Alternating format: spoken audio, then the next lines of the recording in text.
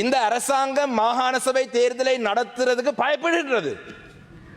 வடக்கு கிழக்கிலே இன்று அரசாங்கத்துடைய செல்வாக்கு இந்த புத்தர் சிலையுடைய விவகாரத்துடன் முற்றமாக இல்லாமல் போய்விட்டது. ஜனாதிபதி நேற்று சொல்றார் இது ஒரு முடிந்த சம்பவம், ஏன் இந்த முடிந்த சம்பவத்தை பற்றி இன்னும் பேசுறீங்க? அந்த சிலை அந்த இடத்திலே இருக்கும் வரைக்கும் இந்த சம்பவம் முடிந்த சம்பவம் அல்ல.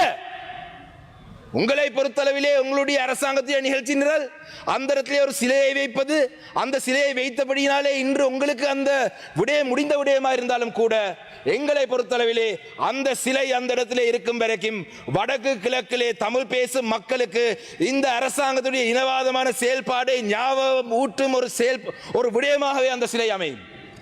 அந்த சிலையை பார்க்கும் பொழுதெல்லாம் தேசிய மக்கள் சக்திக்கு வாக்களித்த அனைவரும் என்ன செய்ய வேண்டும் என்று நேற்று டாக்டர் அர்ச்சுனா சொல்லிவிட்டார். வலது கையால சாப்பிட வேணாம், இடது கையால சாப்பிடணும் சொல்லிவிட்டார். மீண்டும் அதை சொல்ல வேண்டிய அவசியம் இல்லை.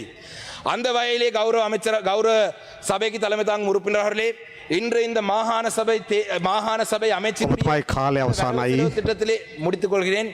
வரவு செலவு திட்டத்திலே இந்த மாகாண சபை அமைச்சுக்கு எதிராக இலங்கை தமிழரசு கட்சி ஒரு வாக்கெடுப்பு ஒன்றை கோருகின்றது.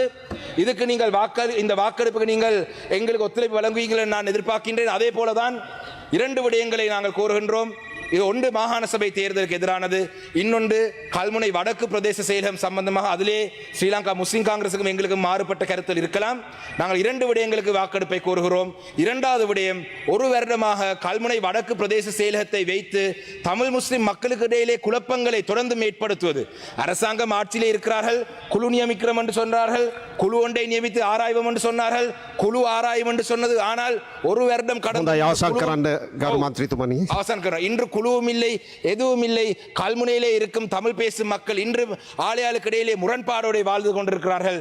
இந்த இரண்டு விடயங்களுக்குமாகவும் இன்று இந்த மாகாண சபை அமைச்சினுடைய ஒதுக்கீடுகளுக்கு எதிராக இலங்கை தமிழரசு கட்சி ஒரு வாக்கெடுப்பு ஒன்றை கோருகின்றது.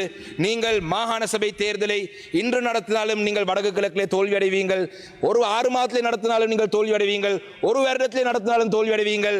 நீங்கள் மாகாண சபை தேர்தல் நடத்தாமலே விட்டாலும் எதிர்வரும் பாராளுமன்ற தேர்தலில் நீங்கள் முழுமையாக புறக்கணிக்கப்படுவீங்க என்றதை இந்த இடத்தில் பகிரங்கமாக சொல்லியிருக்கிறேன். நன்றி.